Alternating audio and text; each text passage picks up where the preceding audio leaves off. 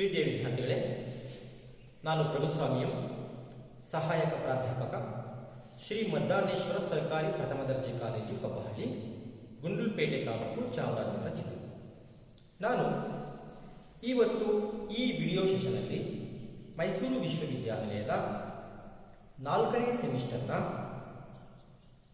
ಇತಿಹಾಸ ಪತ್ರಿಕೆಯ ವಿಷಯವಾದ ಭಾರತದಲ್ಲಿ ರಾಷ್ಟ್ರೀಯತೆ ಉಗಮ ಎನ್ನುವ ಮೊದಲನೇ ಘಟನೆಗೆ ಸಂಬಂಧಪಟ್ಟಂತೆ ಇವತ್ತಿನ ಸೆಷನ್ 6ರಲ್ಲಿ ಮಂದಗಾಮಿಗಳ ಯುಗದ ಬಗ್ಗೆ ಮಾತಾಡ್ತಾ ಮಂದಗಾಮಿ ರಾಜಕೀಯ ನಾಯಕರ ಸಾಧನೆಗಳು ಅನ್ನೋ ವಿಚಾರದ ಬಗ್ಗೆ ಚರ್ಚೆ ಮಾಡೋಣ.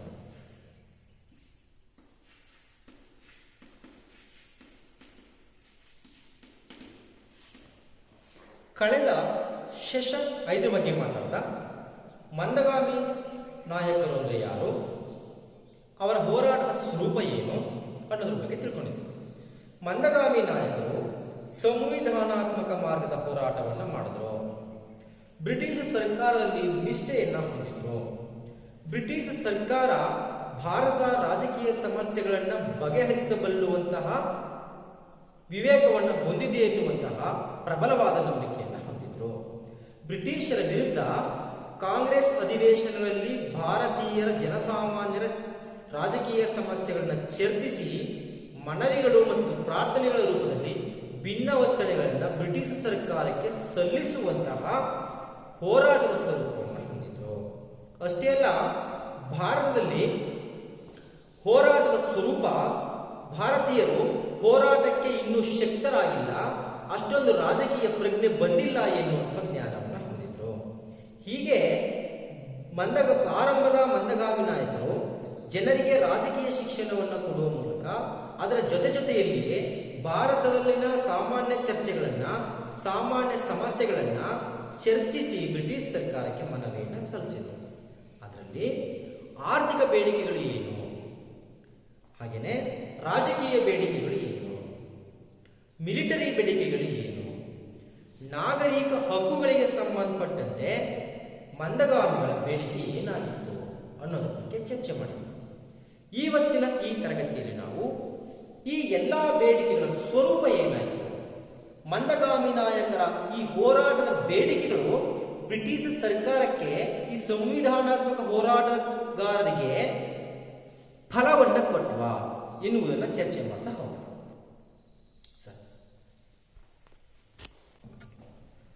ಈಗ ನಾವು ಕಳೆದ ಕ್ಲಾಸಲ್ಲಿ ತಿಳ್ಕೊಂಡಾಗೇನೆ ಕೆಲವು ರಾಜಕೀಯ ಬೇಡಿಕೆಗಳನ್ನು ಬ್ರಿಟಿಷ್ ಸರ್ಕಾರಕ್ಕೆ ಸಲ್ಲಿಸಿದ್ವಿ.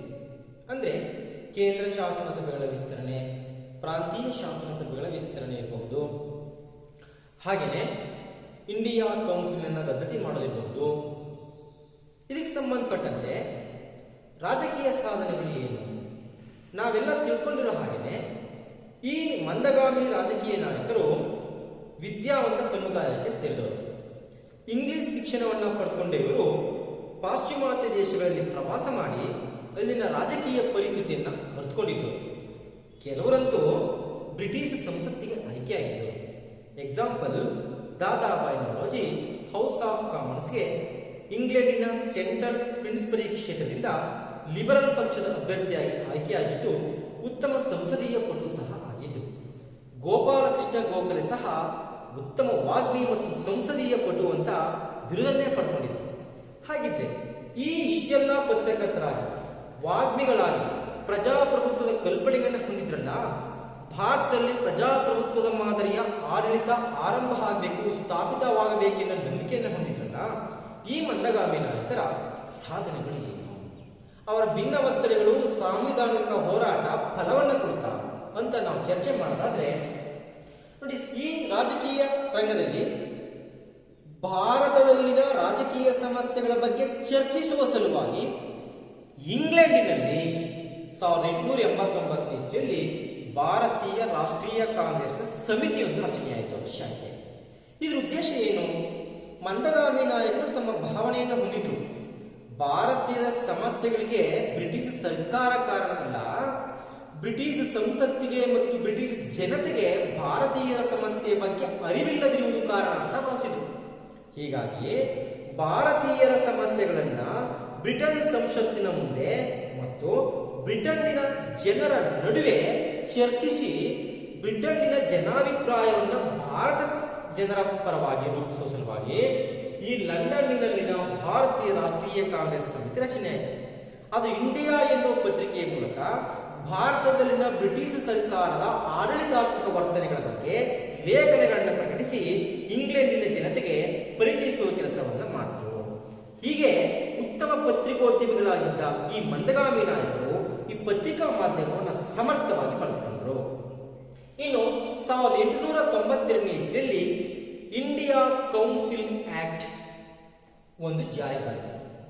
ಮೊದಲು ಮಂದಗಾಮಿ ನಾಯಕರು ಬೇಡಿಕೆಯ ಸ್ವರೂಪದಲ್ಲಿ ಇಂಡಿಯಾ ಕೌನ್ಸಿಲ್ ಅನ್ನು ರದ್ದು ಮಾಡಬೇಕು ಅಂತ ಹೇಳಿದರು. ಆದರೆ ಈ ಸಂದರ್ಭದಲ್ಲಿ ಇಂಡಿಯಾ ಕೌನ್ಸಿಲ್ ಆಕ್ಟ್ ಪ್ರಕಾರವೂ ಸಹ ಭಾರತೀಯರಿಗೆ ತೃಪ್ತಿಕರವಾದಂತಹ ರಾಜಕೀಯ ಲಾಭವನ್ನ, ಸಾಂವಿಧಾನಿಕ ಲಾಭವನ್ನ ಬ್ರಿಟಿಷ್ ಸರ್ಕಾರ ಒದಗಿಸಲಿಲ್ಲ. ಅದರ ಪ್ರಕಾರ ಬ್ರಿಟಿಷ್ ಇಂಡಿಯಾ ಪ್ರಾಂತ್ಯದಲ್ಲಿ ಶಾಸನ ಸಭೆಗಳು ವಿಸ್ತರಣೆಯಾದವು. ಈ ವಿಸ್ತರಣೆಯಾದದರ ಫಲ ಭಾರತೀಯರ ಪ್ರಾತಿನಿಧ್ಯ ಸ್ವಲ್ಪ ಪ್ರಮಾಣದ ಹೆಚ್ಚಳವಾಯಿತು ಹೊರತು ಭಾರತೀಯ ಮಂದಗಾಮಿ ನಾಯಕರು ನಿರೀಕ್ಷಿಸಿದ ಮಟ್ಟದಲ್ಲಿ ಹೆಚ್ಚಾಗಲಿಲ್ಲ. ಹಾಗೆಯೇ ಈ ಇಂಡಿಯಾ ಕೌನ್ಸಿಲ್ ಆಕ್ಟ್ 1892 ಪ್ರಕಾರ ಅಧಿಕಾರೇತರ ಸದಸ್ಯರನ್ನ ಚುನಾಯಿತ ಅಧಿಕಾರದಲ್ಲಿರ್ತಕ್ಕಂಥ ಅಧಿಕಾರೇತರ ಚುನಾಯಿತ ಸದಸ್ಯರ ಸಂಖ್ಯೆಯನ್ನ ಹೆಚ್ಚಳ ಮಾಡುವುದಕ್ಕೆ ಅವಕಾಶ ಸಿಕ್ತು. ಪ್ರಾಂತ್ಯ ಶಾಸನ ಸಭೆಗಳ ರಚನೆಗೆ ಅವಕಾಶವನ್ನ 1892ರ ಇಂಡಿಯಾ ಆಕ್ಟ್ ಒದಗಿಸಿಕೊಡ್ತು. ಹಾಗಿದ್ರೆ ಈ ಮಂದಗಾಮಿ ನಾಯಕರು ಪತ್ರಿಕಾ ರಂಗದಲ್ಲಿ ಹೇಗೆ ಸಾಧನೆಯನ್ನು ಮಾಡಿದರು ಅನ್ನೋ ವಿಚಾರಕ್ಕೆ ಸಂಬಂಧಪಟ್ಟಂತೆ ನೋಡಿ, ಅತಿ ಹೆಚ್ಚು ಮಂದಗಾಮಿ ನಾಯಕರು ಅಂದ್ರೆ ಪ್ರಾರಂಭದ ಕಾಂಗ್ರೆಸ್ಸಿನ ಈ ಮಂದಗಾಮಿ ನಾಯಕರು ಪತ್ರಿಕೋದ್ಯಮಿಗಳು ಸಹ ಆಗಿದ್ದರು, ಬುದ್ಧಿಜೀವಿಗಳಾಗಿದ್ದರು, ಚಿಂತಕರಾಗಿದ್ದರು. ಬ್ರಿಟಿಷರ ದುರಾಡಳಿತದ ವಿರುದ್ಧ ಪತ್ರಿಕಾ ಮಾಧ್ಯಮವನ್ನ ಜನರ ಅಭಿಪ್ರಾಯವನ್ನು ರೂಪಿಸುವ ಸಾಧನವನ್ನಾಗಿ ಬಳಸಿಕೊಂಡರು. ಬ್ರಿಟಿಷರ ಆರ್ಥಿಕ ಶೋಷಣೆಯನ್ನ ಕುರಿತು ಪತ್ರಿಕೆಗಳ ಮೂಲಕ ಜನರಿಗೆ ಅರಿವನ್ನು ಮೂಡಿಸುವ ಕೆಲಸವನ್ನು ಮಾಡಿದರು. ಎಕ್ಸಾಂಪಲ್, ರಸ್ತಿಗೋಪ್ತಾರ್ ಪತ್ರಿಕೆ, ದಾದಾಬಾಯಿ ನವರೋಜಿಯವರು, ಹಿಂದೂ ಪ್ರಕಾಶ್ ಪತ್ರಿಕೆ, ಸ್ವದೇಶಿ ಮಿತ್ರನ್ ಪತ್ರಿಕೆ, ದಿ ಹಿಂದೂ ಪತ್ರಿಕೆ, ಟ್ರಿಬ್ಯೂನಲ್ ಪತ್ರಿಕೆ, ಈ ಪತ್ರಿಕೆಗಳು ಜನರಲ್ಲಿ ರಾಜಕೀಯ ಪ್ರಜ್ಞೆಯನ್ನು ಮೂಡಿಸುವ ಪ್ರಯತ್ನವನ್ನು ಮಾಡಿದರು. ಹಾಗೆಯೇ ಒಂದು ಪ್ರಾಂತ್ಯ ಮತ್ತು ಮತ್ತೊಂದು ಪ್ರಾಂತ್ಯ, ಭಾರತದ ವಿವಿಧ ಪ್ರಾಂತ್ಯಗಳ ನಡುವಿನ ಜನರ ರಾಷ್ಟ್ರೀಯ ಭಾವನೆಯನ್ನ ಬೆಳೆಸಲು ಈ ಪತ್ರಿಕೆಗಳು ಅನುವಾಗುವಂತೆ ಮಾಡಿಕೊಟ್ಟವು. ಜನರಿಗೆ ರಾಜಕೀಯ ಪ್ರಜ್ಞೆಯನ್ನು ಬೆಳೆಸುವ ಸಾಧನವಾಗಿ ಪತ್ರಿಕೆಗಳು ಅವಕಾಶವನ್ನು ಮಾಡಿಕೊಟ್ಟವು. ಪತ್ರಿಕೆಗಳ ಮೂಲಕ ರಾಷ್ಟ್ರೀಯತೆ ಪ್ರಸಾರವಾಗುವಲ್ಲಿ ಇವರು ಕೆಲಸ ಮಾಡಿದರು. ವಿದ್ಯಾವಂತರು ಸುಶಿಕ್ಷಿತರಾಗಿದ್ದು ಮತ್ತು ಅತಿ ಹೆಚ್ಚು ಜನ ಇಂಗ್ಲಿಷ್ ಶಿಕ್ಷಣವನ್ನು ಪಡ್ಕೊಂಡಿದ್ದು ಭಾರತದಲ್ಲಿ ಮಂದಗಾಮಿಗಳ ಮೂಲಕ ಪತ್ರಿಕಾ ರಂಗದ ಬೆಳವಣಿಗೆ ಮತ್ತು ಪತ್ರಿಕೆಗಳ ಪ್ರಸರಣದ ಸಂಖ್ಯೆ ಹೆಚ್ಚಾಗಲು ಕಾರಣವಾಯಿತು. ಹಾಗೆಯೇ ಮಂದಗಾಮಿಗಳ ಸಾಧನೆಗೆ ಸಂಬಂಧಪಟ್ಟಂತೆ ಆರ್ಥಿಕ ವಿಶ್ಲೇಷಣೆಯನ್ನು ಮಾಡಿ ಬ್ರಿಟಿಷರ ಸಂಪತ್ತಿನ ಸೋರಿಕೆಯನ್ನು ಕುರಿತು ಭಾರತದ ಆರ್ಥಿಕ ಸ್ಥಿತಿಯನ್ನು ಬ್ರಿಟಿಷರ ಕಾಲಕ್ಕೆ ಸಂಬಂಧಪಟ್ಟಂತೆ ಈ ಮಂದಗಾಮಿ ನಾಯಕರು ಅಂಕಿಅಂಶಗಳ ಸಮೇತ ವಿಶ್ಲೇಷಣೆಯನ್ನು ಮಾಡಿ ಪತ್ರಿಕೆಗಳಲ್ಲಿ ಪ್ರಸಾರ ಮಾಡುವ ಮೂಲಕ, ಗ್ರಂಥಗಳನ್ನು ಹೊರಡಿಸುವ ಮೂಲಕ ಜನರಿಗೆ ಅರಿವು ಮೂಡಿಸುವ ಪ್ರಯತ್ನವನ್ನು ಮಾಡಿದರು. ವಿಶೇಷವಾಗಿ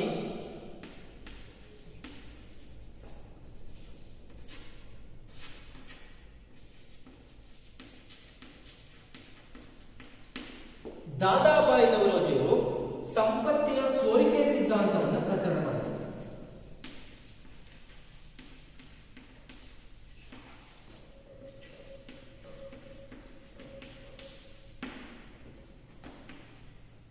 ಇವರು ಸಂಪತ್ತಿನ ಸೋರಿಕೆಯನ್ನು ಕುರಿತು ಒಂದು ಕೃತಿಯನ್ನು ಬರೆದು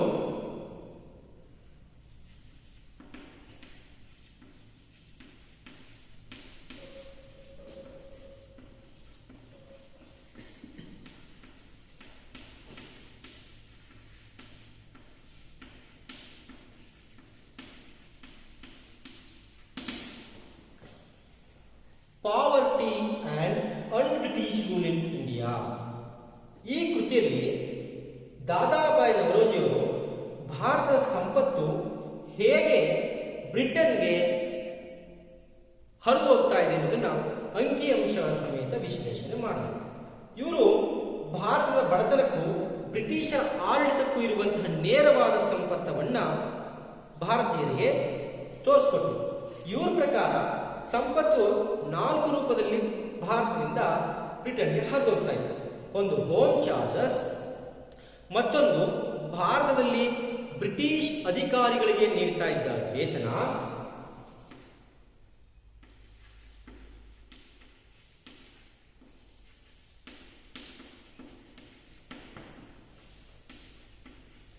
ಮತ್ತೆ ನಿವೃತ್ತ ಬ್ರಿಟಿಷ್ ಅಧಿಕಾರಿಗಳಿಗೆ ಭಾರತ ಪರವಾಗಿ ಇಂಗ್ಲೆಂಡ್ನಲ್ಲಿ ನೀಡ್ತಾ ಇದ್ದಂತಹ ಪಿಂಚಣಿ,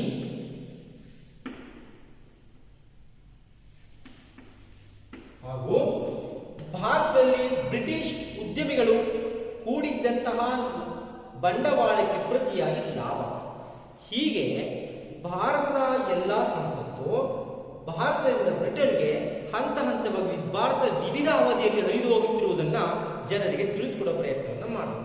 ಹಾಗೆ ಆಡಳಿತಕ್ಕೆ ಸಂಬಂಧಪಟ್ಟಂತೆ ಬ್ರಿಟಿಷ್ ಆಡಳಿತದಲ್ಲಿ ಭಾರತದಲ್ಲಿನ ವೆಚ್ಚ ಅತಿ ಹೆಚ್ಚಿರುವುದನ್ನು ಸಹ ತೋರಿಸಿಕೊಟ್ರು. ಇವರಲ್ಲದೆ R.C. ದತ್ ಅವರು ಸಹ ಎಕಾನಮಿಕ್ ಹಿಸ್ಟರಿ ಆಫ್ ಇಂಡಿಯಾ,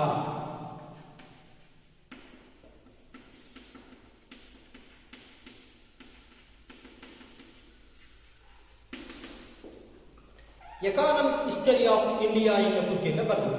ಇದರಲ್ಲಿ ಭಾರತದ ಬಡತನ ಮತ್ತು ಭಾರತದ ಬ್ರಿಟಿಷ್ ಆಡಳಿತಕ್ಕೆ ಇರುವ ನೇರ ಸಂಬಂಧವನ್ನು ಕುರಿತು ಚರ್ಚೆ ಮಾಡಿದರು. ರಾನಡೆಯವರು ಬ್ರಿಟಿಷರ ಆರ್ಥಿಕ ಶೋಷಣೆಯ ಭಾರತದ ಬಡತನಕ್ಕೆ ಕಾರಣ ಅಂತ ವಾದವನ್ನು ಮಂಡಿಸಿದರು. ಹೀಗೆ ಸ್ವದೇಶಿ ಪ್ರಚಾರವನ್ನು ಮಾಡಿದರು. ವಿಶೇಷವಾಗಿ ಈ ಮಂದಗಾಮಿ ನಾಯಕರ ವಿಶೇಷತೆ ಏನು ಅಂದ್ರೆ ಸ್ವದೇಶಿ ಪ್ರಚಾರವೇ. ಯಾಕೆ ಅಂತ ಹೇಳಿದ್ರೆ ವಿದೇಶಿ ವಸ್ತುಗಳನ್ನು ಕಡಿಮೆ ಬೆಲೆಗೆ ಸ್ವೀಕರಿಸಿದ್ರೆ ಭಾರತದ ಕೈಗಾರಿಕೆಗಳು, ಗೃಹ ಕೈಗಾರಿಕೆಗಳು ನಾಶ ಹೊಂದಿ ಬಡತನ ಹೆಚ್ಚಾಗುವುದು. ಇದಕ್ಕೆ ಸ್ವಯಂ ಅರಿವು ಅಂದ್ರೆ ಬ್ರಿಟಿಷ್ ವಸ್ತುಗಳನ್ನು ಬಹಿಷ್ಕರಿಸುವುದಕ್ಕಿಂತ ಸ್ವದೇಶಿ ವಸ್ತುಗಳನ್ನು ಸ್ವೀಕರಿಸುವ ಮೂಲಕ ಭಾರತದ ಗೃಹ ಕೈಗಾರಿಕೆಗಳ ಕೆಲಸಗಾರರಿಗೆ ಮತ್ತು ಉದ್ಯಮಿಗಳಿಗೆ ನೆರವಾಗಬೇಕೆನ್ನುವುದು ಇವರು ಮನಸ್ಸಿನಲ್ಲಿ ಇತ್ತು. ಮತ್ತೊಂದು ಸಾಧನೆ ಏನು ಅಂದ್ರೆ ಈ ಮಂದಗಾಮಿ ನಾಯಕರ ಒತ್ತಡದ ಪರವಾಗಿ 1895ನೇ ಇಸ್ವಿಯಲ್ಲಿ ಭಾರತದಲ್ಲಿನ ವೆಚ್ಚಗಳ ಪರಿಶೀಲನೆಗೆ ವೆಲ್ಬಿ ಆಯೋಗವನ್ನು ಬ್ರಿಟಿಷ್ ಸರ್ಕಾರ ರಚನೆ ಮಾಡಿತು. ಇದು ಮಂದಗಾಮಿ ನಾಯಕರ ಆರ್ಥಿಕ ಕ್ಷೇತ್ರದಲ್ಲಿನ ಬಹುದೊಡ್ಡ ಸಾಧನೆ ಅಂತ ನಾವು ಭಾವಿಸಬಹುದು. ಹೀಗಾಗಿ ವೆಲ್ಬಿ ಕಮಿಷನ್ನಿನ ಮುಂದೆ ವಿವಿಧ ನಾಯಕರು, ಅದರಲ್ಲಿ ವಿಶೇಷವಾಗಿ S.N. ಬ್ಯಾನರ್ಜಿ, ಗೋಪಾಲಕೃಷ್ಣ ಗೋಖಲೆ ತಮ್ಮ ಅಂಕಿಅಂಶಗಳ ಸಮೇತ ಭಾರತದಲ್ಲಿ ಆಡಳಿತಾತ್ಮಕ ವೆಚ್ಚ ಹೆಚ್ಚಿರುವುದರ ಬಗ್ಗೆ ಮನವಿ ಸಲ್ಲಿಸಿ ಕ್ರಮ ಕೈಗೊಳ್ಳುವಂತೆ ಒತ್ತಾಯಿಸುವುದಕ್ಕೂ ಸಹ ಈ ಮಂದಗಾಮಿ ನಾಯಕರೇ ಕಾರಣಕರ್ತರಾದದ್ದು ಹೇಳಲು ವಿಶೇಷ. ಹಾಗೆ ಮಂದಗಾಮಿ ನಾಯಕರು ICS ಪರೀಕ್ಷೆಯ ವಯೋಮಿತಿಯನ್ನ ಮತ್ತು ಭಾರತ ಮತ್ತು ಬ್ರಿಟನ್ನಲ್ಲಿ ಏಕಕಾಲದಲ್ಲಿ ICS ಪರೀಕ್ಷೆಯನ್ನು ನಡೆಸಬೇಕೆನ್ನುವ ಒತ್ತಾಯವನ್ನು ತಂದಿದರು. ಇದಕ್ಕೆ ಸಂಬಂಧಪಟ್ಟಂತೆ ಈ ಒತ್ತಾಯದ ಪ್ರಭಾವ 1893 ಇಸ್ವಿಯಲ್ಲಿ ಹೌಸ್ ಆಫ್ ಕಾಮನ್ಸ್ ಅಂದ್ರೆ ಬ್ರಿಟನ್ ಸಂಸತ್ತಿನ ಹೌಸ್ ಆಫ್ ಕಾಮನ್ಸ್ ಒಂದು ರೆಸಲ್ಯೂಷನ್ ಅನ್ನು ಪಾಸ್ ಮಾಡಿತು. ಅದರ ಪ್ರಕಾರ ಏಕಕಾಲದಲ್ಲಿ ಭಾರತ ಮತ್ತು ಬ್ರಿಟನ್ನಿನಲ್ಲಿ ICS ಪರೀಕ್ಷೆಯನ್ನು ನಡೆಸುವುದಕ್ಕೆ ಹೌಸ್ ಆಫ್ ಕಾಮನ್ಸ್ ಸಮ್ಮತಿಯನ್ನು ಕೊಡಿತು. ಇದು ಮಂದಗಾಮಿ ನಾಯಕರ ಬಹುದೊಡ್ಡ ಸಾಧನೆ. ಯಾಕೆ ಅಂತ ಹೇಳಿದ್ರೆ ICS ಪರೀಕ್ಷೆಯನ್ನು ಏಕಕಾಲದಲ್ಲಿ ಭಾರತದಲ್ಲಿ ನಡೆಸುವ ಫಲ ಒಂದು ರಾಜಕೀಯ ಸಾಧನೆ ಅಂತ ಭಾವಿಸೋದಾದ್ರೆ, ಮತ್ತೊಂದು ವಿಚಾರದಲ್ಲಿ ಇದು ಆಡಳಿತಾತ್ಮಕ ವಿಚಾರದಲ್ಲಿ ಭಾರತೀಕರಣದ ಒಂದು ಪ್ರಮುಖವಾದ ಹೆಜ್ಜೆ ಅಂತ ನಾವು ಭಾವಿಸಬಹುದು. ಹಾಗೆಯೇ 1905ನೇ ಇಸ್ವಿಯಲ್ಲಿ ಗೋಪಾಲಕೃಷ್ಣ ಗೋಖಲೆ ಅವರು ಬನಾರಸ್ ಕಾಂಗ್ರೆಸ್ ಅಧಿವೇಶನದಲ್ಲಿ ಸ್ವರಾಜ್ಯಕ್ಕಾಗಿ ಬೇಡಿಕೆಯನ್ನು ಇಟ್ಟರು. ಅದರ ಫಲ 1906ನೇ ಇಸ್ವಿಯಲ್ಲಿ ದಾದಾಬಾಯಿ ನವರೋಜಿಯವರು ಭಾರತೀಯರ ಬೇಡಿಕೆ ಇಂಗ್ಲೆಂಡ್ ಸ್ವಸಾಹತು ಆಗಿರುವಂತಹ ಕೆನಡಾ ಮತ್ತು ಆಸ್ಟ್ರೇಲಿಯಾದ ಮಾದರಿಯಲ್ಲಿ ಸ್ವಯಂ ಆಡಳಿತ ಅಂದ್ರೆ 1905ರ ವೇಳೆಗೆ 1885ರಲ್ಲಿದ್ದಂತಹ ಮೂಲತಃ ಮಂದಗಾಮಿಗಳ ಮನಸ್ಥಿತಿ, ರಾಜಕೀಯ ಮನಸ್ಥಿತಿ ಬದಲಾಗ್ತಾ ಹೋಯಿತು. ಹೀಗೆ ಮಂದಗಾಮಿಗಳು ನಾಗರಿಕ ಹಕ್ಕುಗಳ ಬಗ್ಗೆ ಜನರಿಗೆ ಅರಿವನ್ನ ಮೂಡಿಸಿದ್ರು, ರಾಜಕೀಯ ಹಕ್ಕುಗಳ ಬಗ್ಗೆ ಅರಿವನ್ನ ಮೂಡಿಸಿದ್ರು. ಅಷ್ಟೇ ಅಲ್ಲ, ರಾಜಕೀಯ ಪ್ರಜ್ಞೆ, ರಾಜಕೀಯ ಶಿಕ್ಷಣದ ಮೂಲಕ ಮುಂದಿನ ರಾಜಕೀಯ ಹೋರಾಟಕ್ಕೆ ತಳಹದಿಯನ್ನು ಹಾಕಿದ್ದು ಮಂದಗಾಮಿಗಳ ಸಾಧನೆ ಅಂತ ನಾವು ಹೇಳ್ಬಹುದು. ಹಾಗಿದ್ರೆ ಈ ರಾಷ್ಟ್ರೀಯವಾದಿಗಳು ಮತ್ತು ಜನಸಾಮಾನ್ಯರ ಸಂಬಂಧ ಹೇಗಿತ್ತು? ಪ್ರಾರಂಭದ ಮಂದಗಾಮಿ ನಾಯಕರು ನಾವು ಭಾವಿಸ್ತಂಗೆನೆ ವಿದ್ಯಾವಂತ ಮಧ್ಯಮ ವರ್ಗಕ್ಕೆ ಸೇರಿದರಾಗಿದ್ದರು. ಅಂದ್ರೆ ಜನಸಾಮಾನ್ಯರು, ಕಾರ್ಮಿಕರು, ಮಹಿಳೆಯರು ರಾಷ್ಟ್ರೀಯ ಕಾಂಗ್ರೆಸ್ನ ಕಾರ್ಯಚಟುವಟಿಕೆಗಳಲ್ಲಿ, ರಾಜಕೀಯ ಚಟುವಟಿಕೆಗಳಲ್ಲಿ ಭಾಗವಹಿಸಿದ ಪ್ರಮಾಣ ಕಡಿಮೆ. ಹಳ್ಳಿಗಳ ಜನ ರಾಜಕೀಯ ಚಟುವಟಿಕೆಗಳಲ್ಲಿ ಭಾಗವಹಿಸಿದ ಪ್ರಮಾಣ ಕಡಿಮೆ.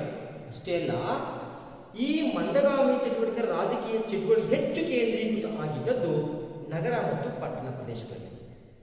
ಈ ರಾಜಕೀಯ ಚಟುವಟಿಕೆಯಲ್ಲಿ ಭಾಗವಹಿಸುತ್ತಿದ್ದಂತಹ ಜನ ನಗರ ಮತ್ತು ಪಟ್ಟಣಕ್ಕೆ ಸೇರಿದವರು. ವಿಶೇಷವಾಗಿ ವೈದ್ಯರು, ಉಪಾಧ್ಯಾಯರು, ಪತ್ರಕರ್ತರು, ವಕೀಲರು ಈ ರಾಜಕೀಯ ಚಟುವಟಿಕೆಯಲ್ಲಿ ಭಾಗವಹಿಸ್ತಾ ಇದ್ರು. ಮತ್ತೆ ಬೊಂಬಾಯಿ, ಬಂಗಾಳ, ಮದ್ರಾಸ್ ಈ ಪ್ರಾಂತ್ಯಗಳ ಪ್ರೆಸಿಡೆನ್ಸೀಸ್ಗಳ ಹೆಚ್ಚು ಮಂದಿ ಭಾಗವಹಿಸ್ತಾ ಇದ್ರು ಈ ರಾಜಕೀಯ ಚಟುವಟಿಕೆಯಲ್ಲಿ. ಆದರೆ ಭಾಗವಹಿಸಿದ ಜನಸಾಮಾನ್ಯರ ಪ್ರಮಾಣ ತುಂಬಾ ಕಡಿಮೆ ಇತ್ತು. ಇದು ಮಂದಗಾಮಿ ನಾಯಕರ ದೋಷ ಅಲ್ಲ. ಮಂದಗಾಮಿ ನಾಯಕರು ಜನಸಾಮಾನ್ಯರನ್ನ ಭಾಗವಹಿಸುವ ದಿಶೆಯಲ್ಲಿ ಬೇಕಾಗಿದ್ದ ಕ್ರಮ ಎಂದು ನಾವು ಭಾವಿಸಬಹುದು. ಯಾಕೆಂತ ಹೇಳಿದ್ರೆ, ವಿದ್ಯಾವಂತ ಭಾರತೀಯರಲ್ಲದೇನೆ ಸಾಮಾನ್ಯ ಜನಸಾಮಾನ್ಯರಿಗೆ ಇಂಗ್ಲಿಷ್ ಶಿಕ್ಷಣವಾಗಲಿ, ರಾಜಕೀಯ ಶಿಕ್ಷಣವಾಗಲಿ ಪರಿಚಯವಿಲ್ಲದ ಆ ಕಾಲದಲ್ಲಿ ಅತಿ ಹೆಚ್ಚಿನ ಹೋರಾಟ ಇಲ್ಲದೇನೆ ಜನರನ್ನ ರಾಜಕೀಯ ಚಟುವಟಿಕೆಯಲ್ಲಿ ಭಾಗವಹಿಸುವುದು ಕಷ್ಟ ಆಗಿತ್ತು. ಕೆಳವರ್ಗದ ಜನರನ್ನ ಸೆಳೆಯುವ ಯಾವ ಪ್ರಯತ್ನವನ್ನ ಈ ಮಂದಗಾಮಿ ನಾಯಕರು ಮಾಡಿಲ್ಲ. ಹಾಗಿದ್ರೆ ಸರ್ಕಾರದ ಪ್ರತಿಕ್ರಿಯೆ ಹೇಗಿತ್ತು ಅಂತ ನೋಡೋಣ. 1888ರಿಂದ 1887ರವರೆಗೆ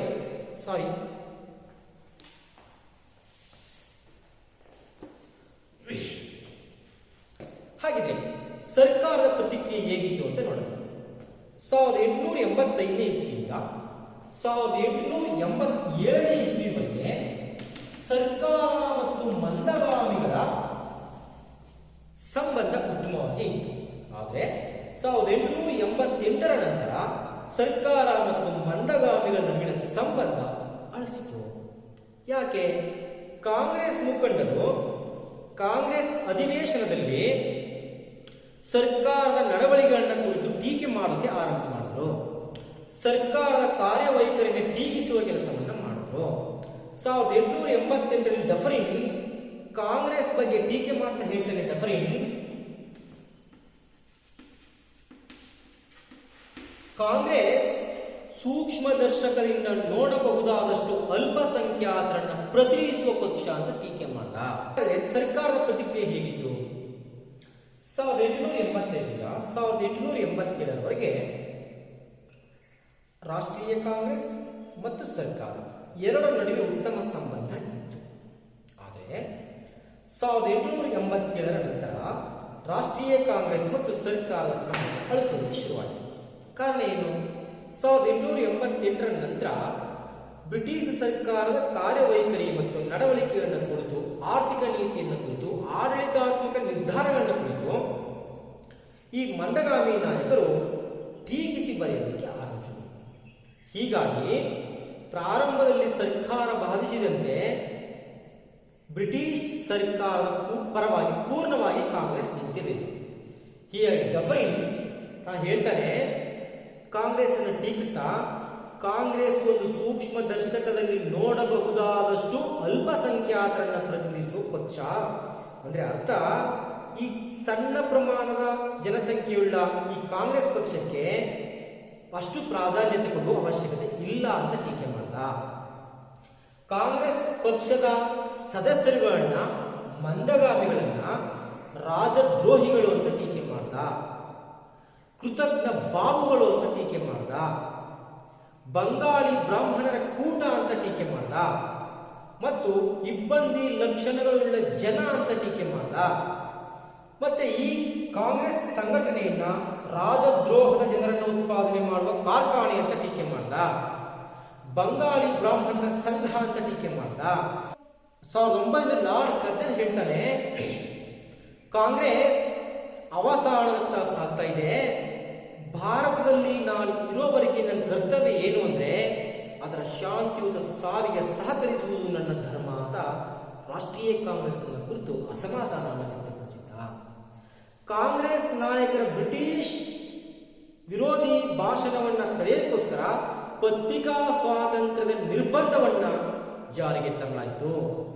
ರಾಷ್ಟ್ರೀಯ ಚಳುವಳಿಗಳನ್ನ ಮೊಳಕೆಯಲ್ಲೇ ಚೂಟಾಕೋಕ್ಕೋಸ್ಕರ ಬ್ರಿಟಿಷರ ಪರವಾಗಿ ಸರ್ ಸೈಯದ್ ಅಹಮದ್ ಖಾನ್ ಮತ್ತು ಇತರರನ್ನ ಬ್ರಿಟಿಷರು ರಾಷ್ಟ್ರೀಯ ಕಾಂಗ್ರೆಸ್ ವಿರುದ್ಧ ಎತ್ತಿಕಟ್ಟುವ ಪ್ರಯತ್ನವನ್ನು ಮಾಡಿದ್ರು. ರಾಷ್ಟ್ರೀಯ ಕಾಂಗ್ರೆಸ್ ಅನ್ನು ಒಡೆದು ಆಳುವ ನೀತಿಗೆ ದೂಡಿದ್ರು.